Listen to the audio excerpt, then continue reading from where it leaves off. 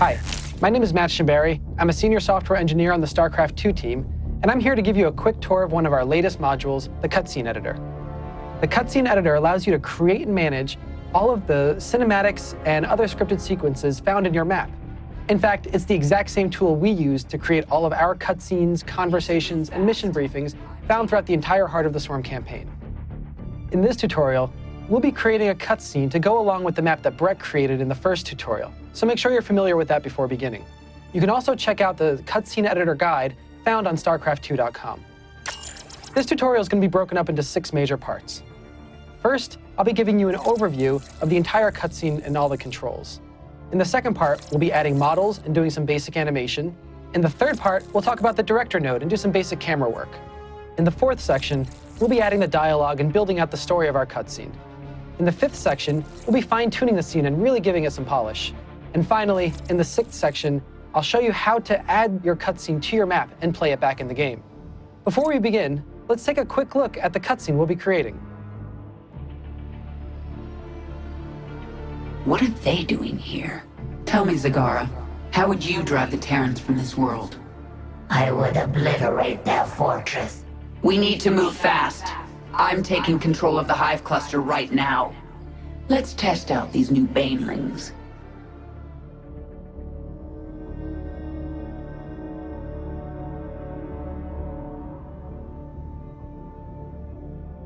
To begin, you can open the Cutscene Editor by going to the Modules menu and selecting Cutscenes.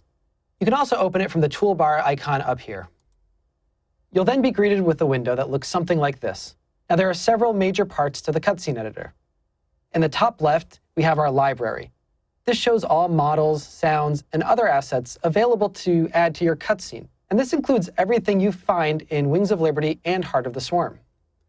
Now, you can type up in here to filter this list by whatever you type in. So in this case, we're going to look for Story Mode Kerrigan. So this Kerrigan infested with light is what we want. I double-click it, and you'll see it adds Kerrigan to the center of the screen.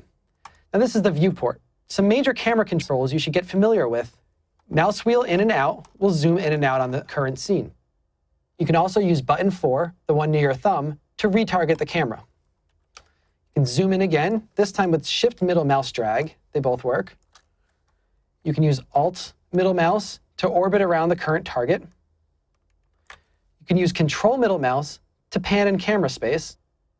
And then finally, you can use Control Alt middle mouse for a mouse look. This is really important to get familiar with the various camera controls, because you'll need them when setting up your cameras for your cutscene. The next major part of the Cutscene Editor is the scene list.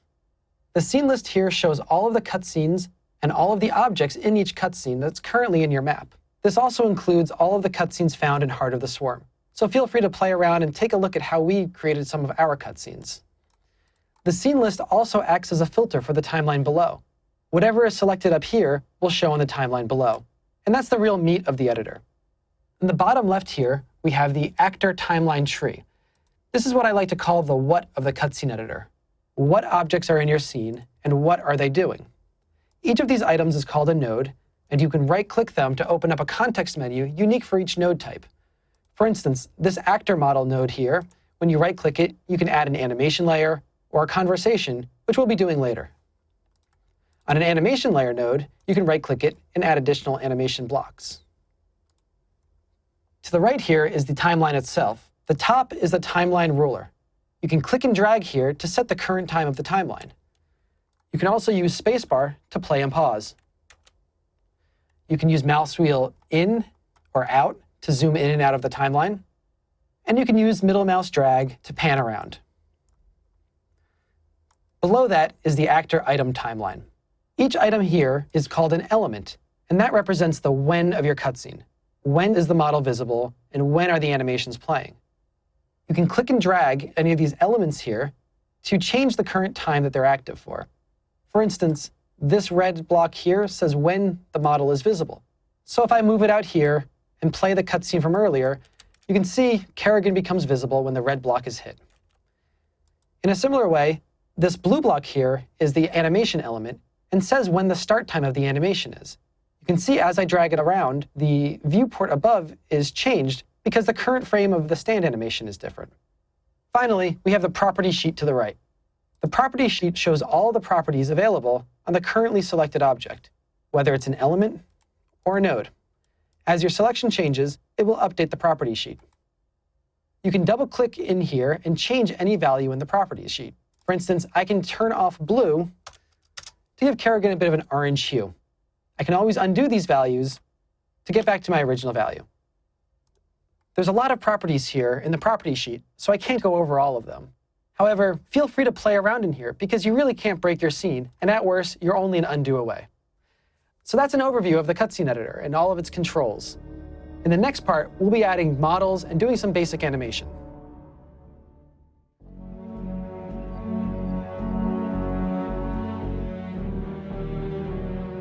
Now we're going to be adding models to our scene and doing some basic animation. All right, so up until this point, everything we've done has been in this special Previewer cutscene. The Previewer cutscene is a special workspace designed just for previewing purposes. It's not an actual cutscene that would be placed in your map. To add a new cutscene, go to File, New Cutscene. And yes, we want to add this to our map. This will add a new entry here under Document Files. And notice you can have multiple cutscenes in your map that you can play at any time. So I'm going to rename this scene here by hitting F2 or right-clicking it and choosing Rename to Kerrigan Ambush Tutorial. Notice how this one here is a darker color than the rest. That's because that's the currently active cutscene. You can right-click any other cutscene and choose Activate to make that the currently active one. You can only edit whatever scene is currently active. I'm also going to push this button up here called Toggle Active Scene Only. What this does is it only makes the current scene visible so that I don't have the other objects in my view. I don't need them right now. All right, so with our new cutscene ready, let's add the set. Up here in the library, I'm going to search for the set that I want. Now I know that Brett created his map on the Xeris tile set, and I want our cutscene to take place on the Xeris story mode set while Kerrigan is looking out from the Leviathan, just like she did in the campaign. So I'm going to search for a Leviathan set, and I'm just going to double-click each entry here to add the pieces of the Leviathan. Next, I'm going to search for a Xeris set, and I'm going to double-click each of the entries here for the Xeris set. All right, so here in the viewport, notice how everything is kind of misaligned. That's because whenever you add an object, it always adds it to wherever you're looking at. However, our story mode set pieces are built in a way that they should all be at the exact same position. So I'm going to just Control-click each of the models here. And in the property sheet, notice how there's dashes here for the position value. That's because they're all different values, but I can double-click and zero each of these out to have everything line up properly. So now as we look around into our set, we can see everything is nice and lined up. The next thing I want to do is stay organized. It's very important as your cutscene grows to keep everything organized so that you know where everything is. I'm going to do that by clicking this Add Folder button up here, and I'm going to right-click and rename to Set. I can then click and drag all of these models here right in the scene timeline and drag them into the set, and now they're in this folder. Great, so I select the set here. Another thing to notice is out in the viewport, we have Zeratul Spaceship and Zervin here in the background. Well, we don't actually want them in our scene because they're not a part of the story that we're trying to tell. So all I have to do here is I can click on Zervin here, and notice here in the list it became selected. I can uncheck him here, and that will hide him. I'll do the same to Zeratul. If I know I'm definitely not going to use these pieces at all, I can also just remove them by selecting both of them and choosing Remove Selected Items. Finally, I want to lock all of these models here so that I don't make accidental changes to them later. So I can right-click this folder here and choose Lock, which will lock the folder and all of its contents. I can tuck that away now. Next, I want to add the characters. So we have Kerrigan and Zagara in our scene. So like before, I'm going to search for Kerrigan, scroll down, and find the story mode Kerrigan. Double-click. In fact, this is not the correct model, so I'm going to select it and hit the Delete key, and choose this one instead. I'm also going to do the same for Zagara. double-click on Zagara Story Mode asset. And notice again, they're way out there in the distance, but we want them to be in the Leviathan. To do that, I'm going to set my camera to be inside the Leviathan so I can move them into there. So I go to the View menu, go to Camera, and notice how all of the cameras are listed here. This camera menu will show every camera in your set. Now these cameras here came automatic with the Leviathan set model, but as we add new cameras to our scene, they'll also go here. So select Camera Main here, and that puts us inside the Leviathan. I'm going to use button 4 here to target the ground, to kind of look at that, and then Alt Middle to get a bit more of an overview shot so I can see better where she's going to be standing. Now I can select Kerrigan's model down here, and holding Control Shift and click, I will move her to wherever I want. And I can drag to kind of move her around, until I'm happy with the position, right about there. I'll do the same with Zagara, select her, and Control Shift click anywhere on here. You can also position characters with these manipulators here. There are 3 major manipulators: translation, rotate, and scale. So with translation selected, I can pull on any of these axes here to position her, make sure she's not clipping with the ground. Same with Kerrigan. I also know that I want them to be looking outside the Leviathan. So we can rotate them by choosing the rotation manipulator here and pulling on this axis here to rotate her around. Again, I'll do the same with Zagara. Right about there. Another thing is that Kerrigan here is actually Dezerged Kerrigan, but I want the infested Kerrigan instead. If I select the Kerrigan model here, you'll notice there's a model link property. This is the ID of the model that we've chosen. Now, I could delete this model and add her again, but because I've already got her positioned, all I want to do is swap the model out. And I'll do that by double-clicking in here and typing in the ID. I happen to know what it is, but you can look it up in the library as well. There we go. There's one more character I want to add, and that's a Terran dropship. The Terran dropship is going to fly across the screen as Kerrigan is looking out. So to do that, I'm going to first use Control middle mouse to pull up outside of the Leviathan. Kind of look down on a decent establishing shot for where the dropship's going to be flying across from. So something kind of like that looks good. Then I'm going to search for the dropship, and we'll choose the blue dropship. That adds the dropship to the middle of the screen here. I'll rotate it around so it's kind of flying away from us, and use the manipulator to pull it a little bit higher, something around there. Now, I want to make sure that Kerrigan can see the dropship from her point of view. So if we go to View, Camera, Camera Main, we can see what that looks like. All right, not bad, but maybe a little bit higher up will look good. All right, great. The next thing I want to do is actually have the dropship animate across the screen. First, I'm going to kind of target the dropship, since I know that's where I'm looking. Control middle mouse to look up, Alt middle down to rotate around, and look something like this. All right, so now I want to talk about keyframing. Keyframing animation is something that we can do to change the value of any property over time. Keyframes are heavily used in all sorts of different 3D applications, and we use them here.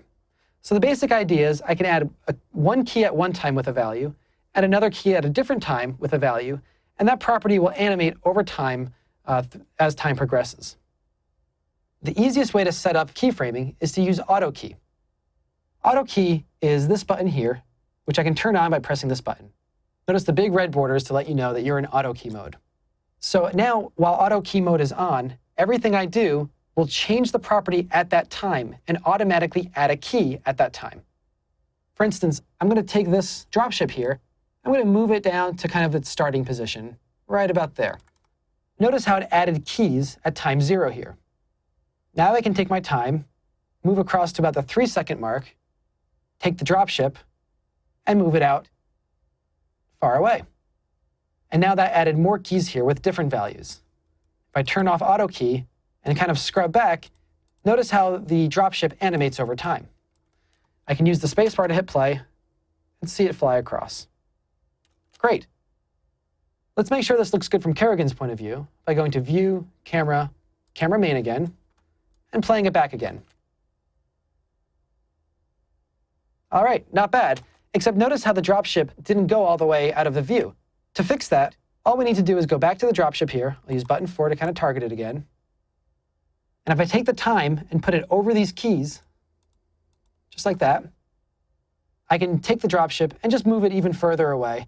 And notice how it updates the values down in the timeline.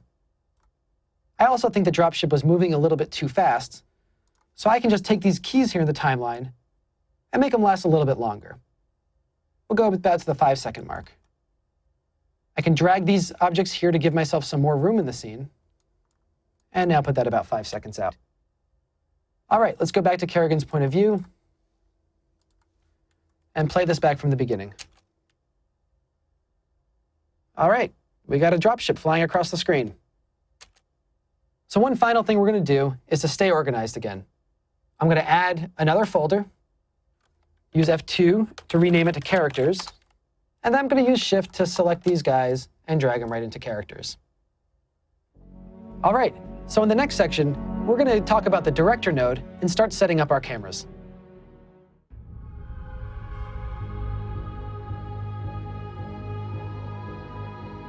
Now we're going to go over the director node and start setting up our cameras. The director node is a special scene-level object that helps control the flow of our cutscene.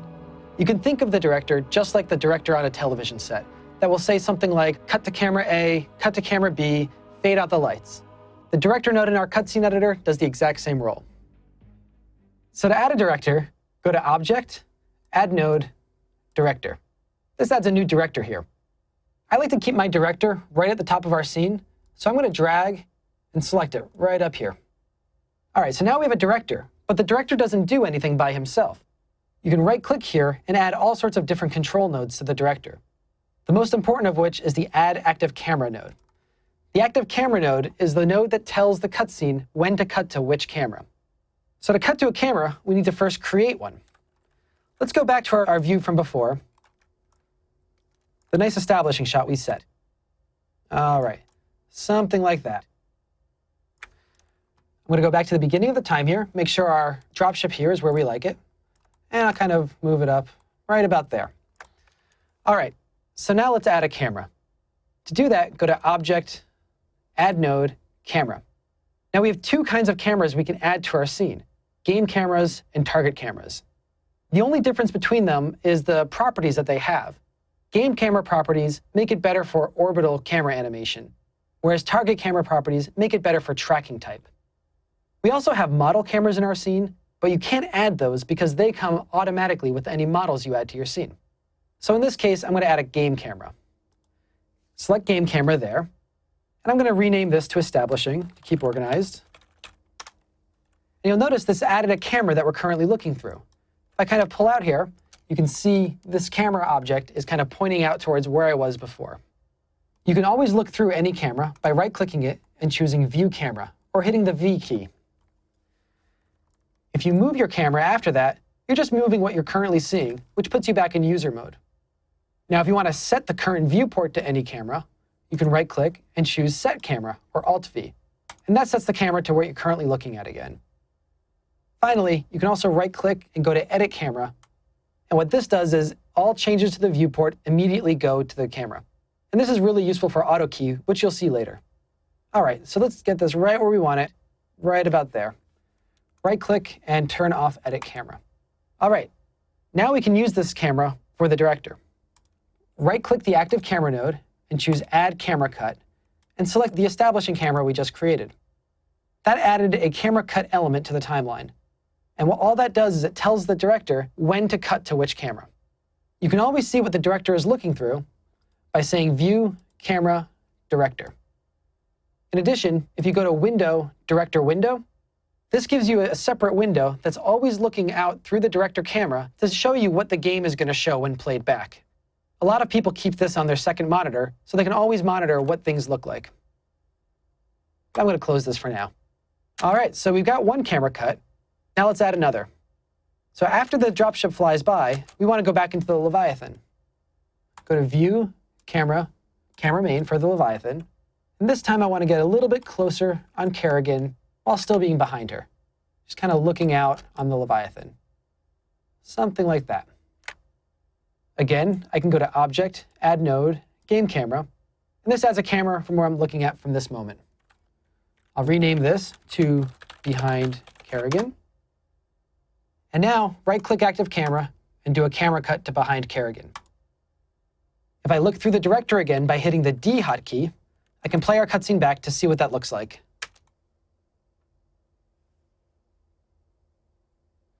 All right, not bad. However, I thought that the camera cut was a little bit slow, so all I have to do is take this key here and move it earlier.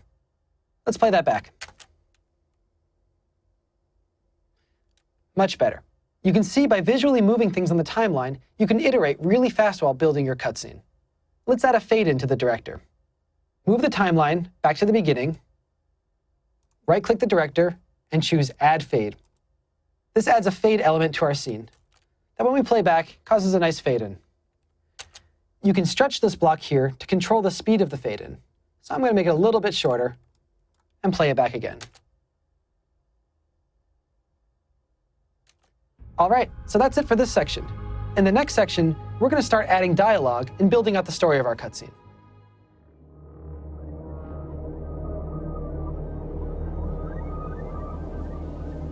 In this section, we'll be adding dialogue and building out the story of our cutscene. One of the cool things you can do with the cutscene editor is use existing dialogue from the previous campaigns to build out a new story. Now, I've already gone through and identified the dialogue lines that I want, but it's a good idea to do that before you finish the story of your scene. To do that, go to the data editor and browse the sound data. The data editor is this icon up here. To look at sounds, click the plus tab here and choose Sound Data from the Art and Sound menu. Make sure you're in Detail View up here. Then you can search for any of the sounds you want here. For instance, if you want a Kerrigan line, search for Kerrigan, kind of scroll down here. All of our sounds are organized by the type of conversation it is, the conversation it's in, and who the speaker is. So once you have one selected, press the play button here to audition it. Well then, why don't we let it out to play? So you can go through all the sounds here and figure out what existing sound you want to use. Of course, you can always import your own sound that you've recorded yourself using the import module. All right, so now that we know what sounds we want, let's add them to our scene. First, let's select the characters folder to bring up our characters. And I'm going to select Kerrigan here. With Kerrigan selected, I can right-click her and choose Add Conversation Node. A conversation node is a special node that allows you to play back dialogue. It automatically handles playing the sound, performing lip syncing, and adding the subtitles if the user has selected that option. Now with the conversation node selected, go to Sounds, and we're going to search for the sound we want. In this case, it's Egg Monster Kerrigan 34. Double-click the sound to add it to your scene, and you'll get an orange block here. We can play it back. The Dominion. What are they doing here? All right, so you can see she's now speaking. I'm going to give ourselves some more room in our scene by pulling that out over there. And now listen to the dialogue line again. The Dominion. The only thing is, in this story that we're trying to tell, it's not the Dominion that's attacking Kerrigan, but that's an easy fix. You can select the conversation block here, and notice there's a property called Start Offset. Setting this value will cause the sound to start in the middle of the sound. So I can double-click in here and type in 500 for 500 milliseconds, and that causes the sound to start half a second in from the start of the sound. Let's play it back. Minion. What are they doing here? OK, that's close, but not quite what we wanted. Now let's select it again and type in the completely not staged value of 1740. And play this back. What are they doing here? Perfect. Nice and clean. What are they doing here? We can trim off the end of our element here since we don't need this entire block. And let's play it back again. What are they doing here? Great. So now let's add our next dialogue line. This case is going to be Kerrigan 016 from the Debrief Char 01 scene. Debrief Char 01. And before I add this, though, I'm going to do a little trick here. Right-click Kerrigan and add a second conversation node. What this does is it allows me to layer these one after the other without worrying about the blocks overlapping. So I can double-click the debrief now and have these overlap for a little bit better pacing. Let's play this back. What are they doing here? Tell me, Zagara, how would you drive the Terrans from this world? Great. So this feels like a great spot to do another camera cut, in particular looking at Kerrigan. So to do that, use button 4 again to target Kerrigan's head, and let's spin around and get more of a medium shot of Kerrigan, kind of looking at Zagara in the shot as well. Great. Go to View, Object, Add Node, Game Camera. Let's call this one Kerrigan Zagara. I'm going to use Control to add the director below here so we can see it. And I think right as she starts speaking her line, we want to add the camera cut. So I'll select the ruler, right-click, Add Camera Cut, Kerrigan Zagara. Let's play this back. Oh, always make sure that you're looking through the director while you're playing it back. It's a D hotkey. You'll get used to hitting that often. What are they doing here? Tell me, Zagara, how would you drive the Terrans from this world? All right, now let's add Zagara's response. In this case, that is Rogue Queen 21 on the Char 01 debrief. All right, and go to Zagara here and add her conversation node. Right-click, Add Conversation. With that selected, double-click this. All right, I can kind of tell that it's probably going to be a little slow, so let's have them overlap. In general, it's a good idea to have your dialogue overlap for better pacing. Now let's play this back. I would obliterate their fortress on the Dauntless Plateau, but the only way to reach it is through the Bone Trench. All right, that's a little bit too much detail for what we want, so let's chop off the end of this. I can just drag this in and play it again. I would obliterate their fortress on the Okay, not quite. Let's use the mouse wheel to zoom in a little bit closer. Drag this a little bit further out until we get this just right. I would obliterate their fortress. A little bit more. I would obliterate their fortress. And we're good. All right, I'm going to add a couple more lines here, but we're going to speed it up for this tutorial. All right, so now that our new lines are in, let's watch this back and add the final camera cuts. Tell me, Zagara, how would you drive the Terrans from this world? All right, this is a good time for a Zagara close-up. Button 4, zoom in. Right about there, and choose Object, Add Node, Game Camera. Zagara close-up. Right-click Active Camera, cut to Zagara close-up. Let's keep going. World. I would obliterate their fortress. We need... All right, timing's a bit off. We'll move these out and add a camera cut back to Kerrigan. This time we're going to use the same one from before, the Kerrigan Zagara cut. I would obliterate their fortress. We need to move fast. I'm taking control of the Hive Cluster right now. All right, so I want to do a camera cut to Kerrigan right here. We're going to do a close-up on Kerrigan to finish up the cutscene. Zoom in on her face, and get a nice close-up. All right, notice what's happening here. This is what we call a near clip, and it's very easy to fix. So I want to frame it right about there or so. If I go to View Camera Editor, I can just take this near clip and bring it down a little bit. The near clip and far clip tell the camera how far or close things need to be in order to be visible. So in this case, I just need to bring this down a bit, and now we can see Kerrigan again. All right, going back to our camera work, Object, Add Node, Game Camera. We will rename this to Kerrigan Close-Up. Right-click Active Camera, and choose that. I'm going to exit the camera window, go back to the director, and watch the rest of the scene. I would obliterate their fortress. We need to move fast. I'm taking control of the Hive Cluster right now. Let's test out these new banelings. All right, one final thing I want to fix is it's a little bit slow going into this dialogue line. So we're going to move them in, move the camera cut in, and I believe we are done.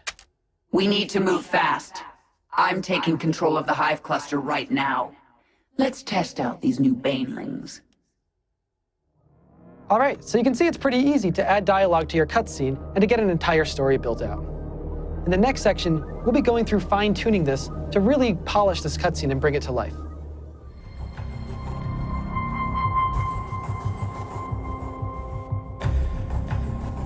In this section, we're going to be fine-tuning our cutscene, adding some sounds, fixing up some animation, and really bringing it to life.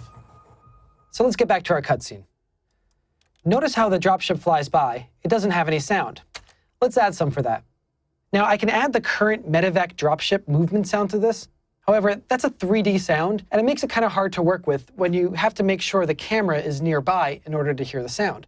So what I'm going to do is I'm going to make a duplicate of that sound and mark it as 2D. To do that, go to the data editor and search for medevac.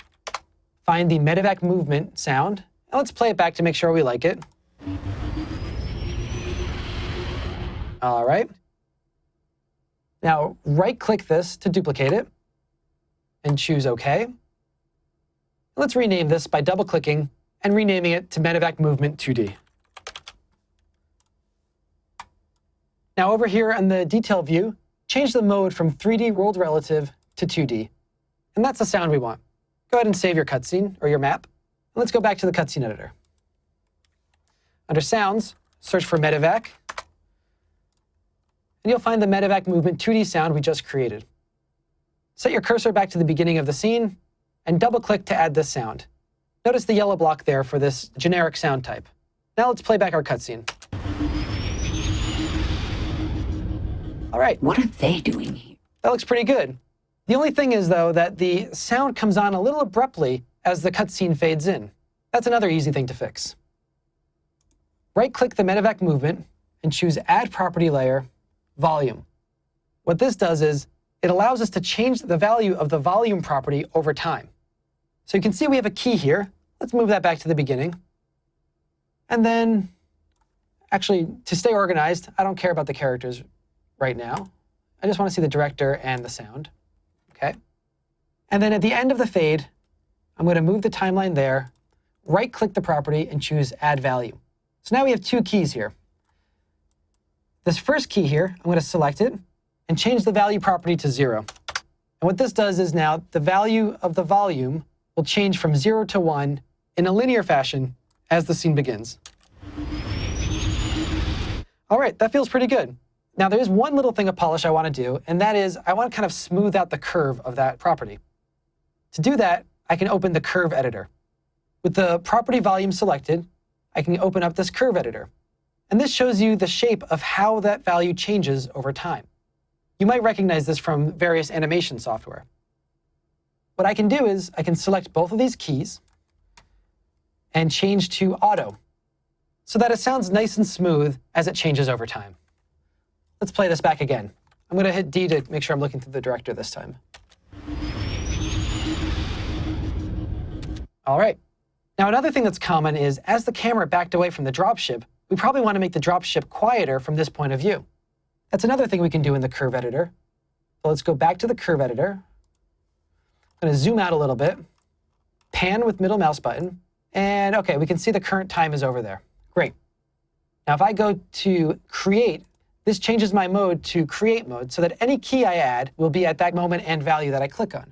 So right here, actually back here,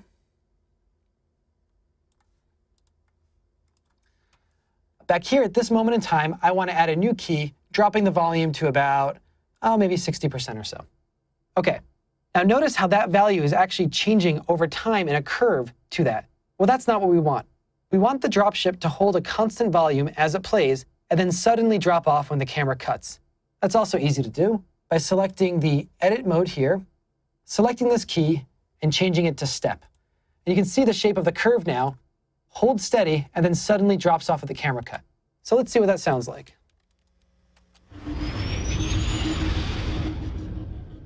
All right. That sounds pretty good. Next, I want to add some animation to Kerrigan to kind of bring her to life. So I'm going to now select the Director node and Kerrigan. Expand Kerrigan. And during this dialogue line, just as she speaks to Zagara, I want her to turn towards her. So let's play this back to find the right time. Doing here? Tell me, Zagara. All right, so maybe right about here, we want her to start turning. So move your time to here. and we're going to add a new animation block to change from the current animation to a different one. So right-click the animation layer and choose Add Animation Block. And this adds a new block to your scene. So we've got this stand, and this stand. I'm going to change this one to a turn left animation. So I can right-click it, choose Change Animation, and choose Stand Left. All right, let's play that back. What are they doing here? Tell me, Zagara. All right, that was a little bit fast as she turned towards her. See this gray area here? This shows us the blend from going from one animation to the other. We can change that value here in the blend in time for the animation block. So I'm going to double click this and choose 500 milliseconds. So it'll take her about a half second to turn towards Zagara. Let's play this back. What are they doing here? Tell me, Zagara. How would you drive the Terrans? Great. Now that we have this animation in here, I want the camera to cut while she's in the middle of that movement. Let's do this again. What are they doing here? Tell me, Zagara. All right, that feels nice and natural. Next, we want Zagara to play an animation as she speaks. So I'm going to select Zagara here. And zoom out. How would you drive the Terrans from this world?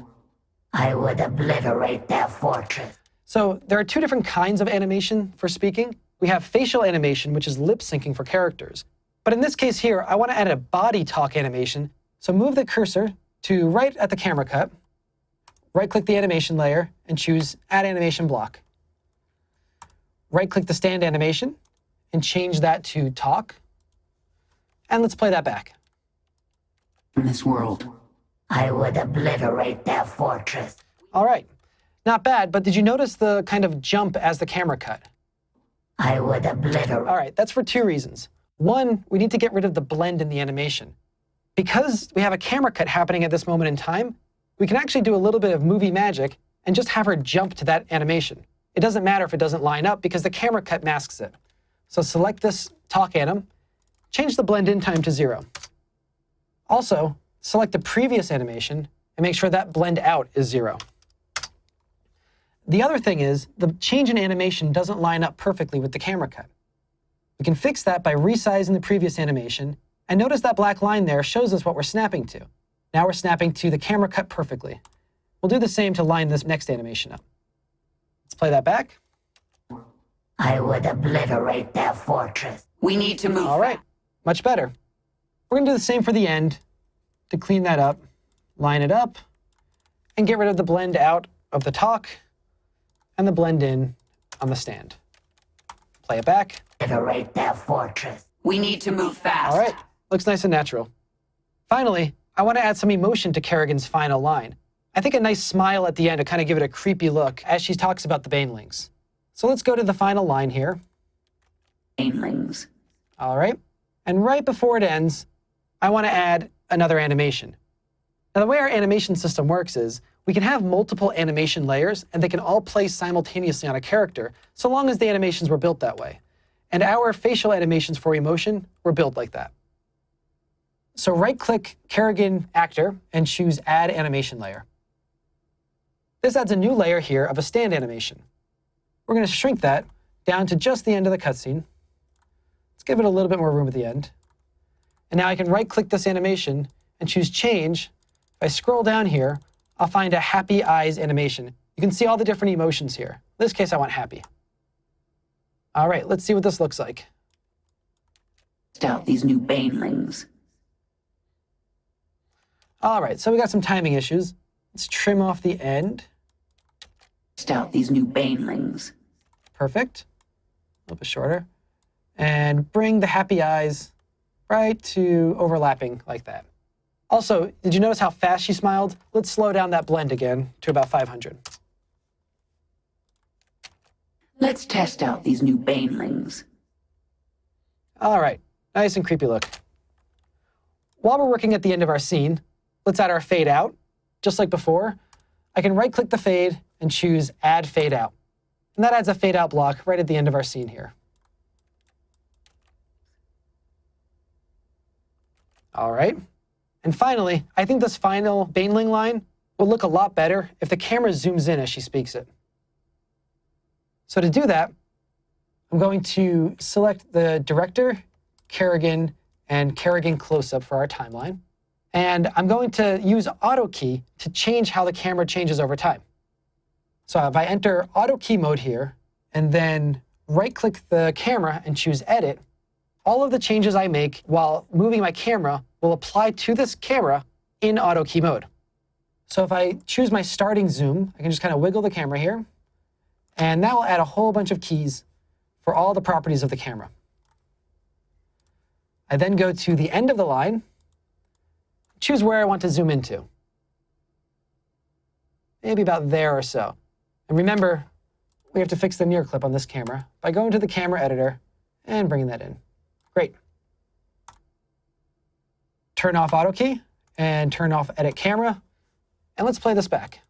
Now, let's test out these new banelings. All right, a couple little final touches on this. You can click and drag to select all of these keys. And if we wanted to change the curve on that, we have a shortcut. Instead of bringing up the curve editor, I can just right-click and change the in and out tangent of all of these keys right here. So that causes a nice smooth curve as the camera moves. Let's test out these new banelings. All right, and the only other issue is that I think it's zooming a little bit too fast.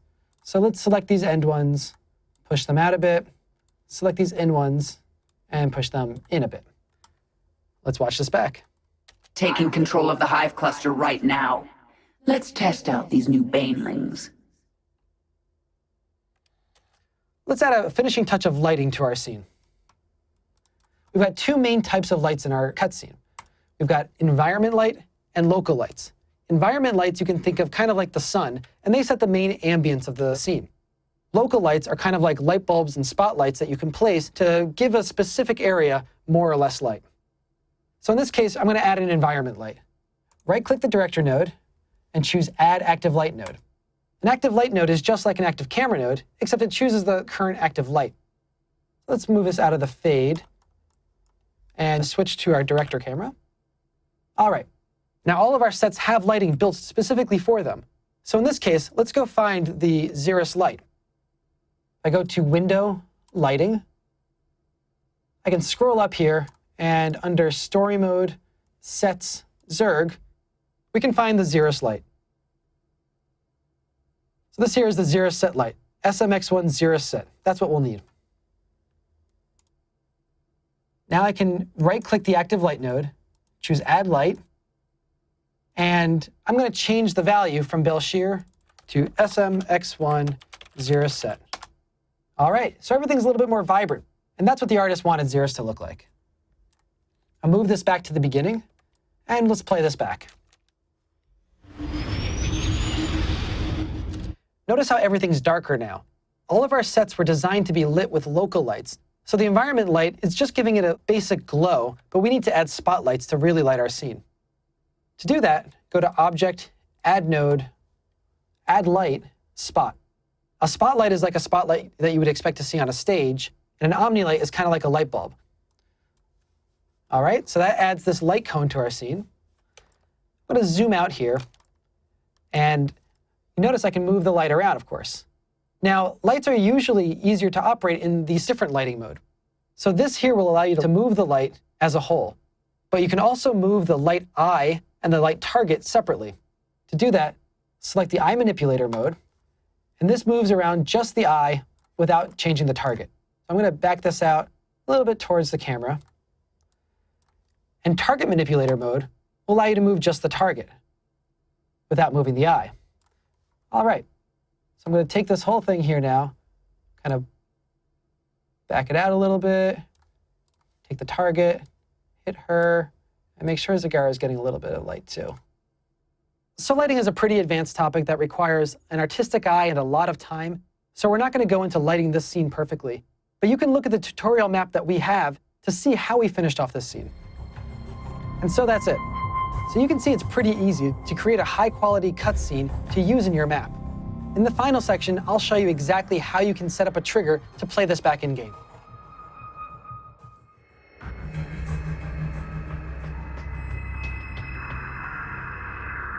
In this final section, we're going to go over how to export your cutscene as a video or how to play it back as a trigger in your map.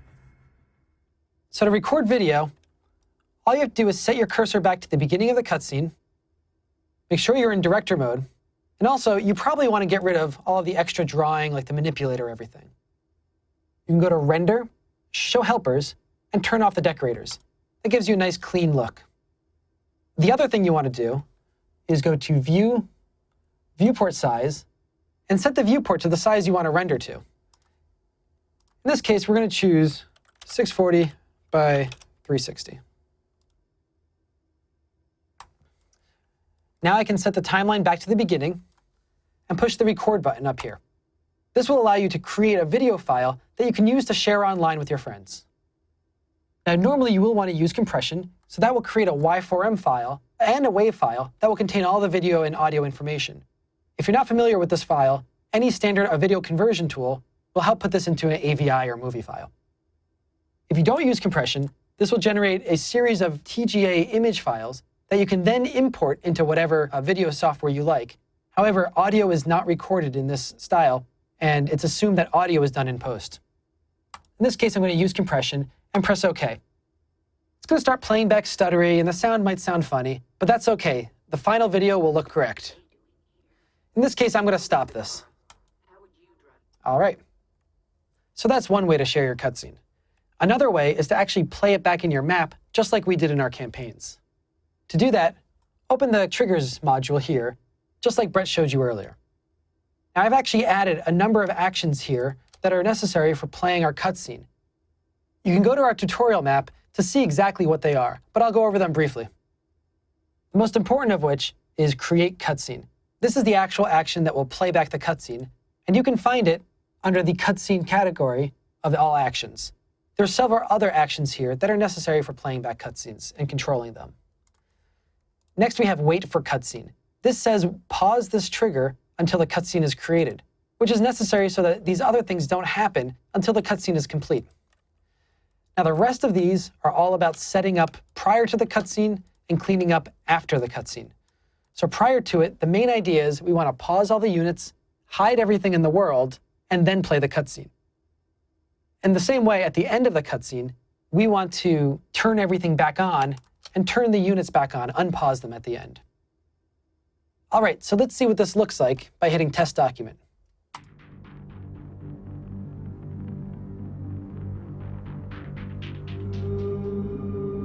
Armed and ready. Gangway coming through. Go, go, go!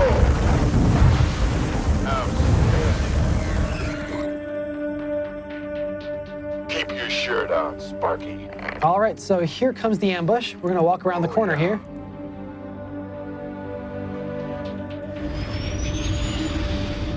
What are they doing here?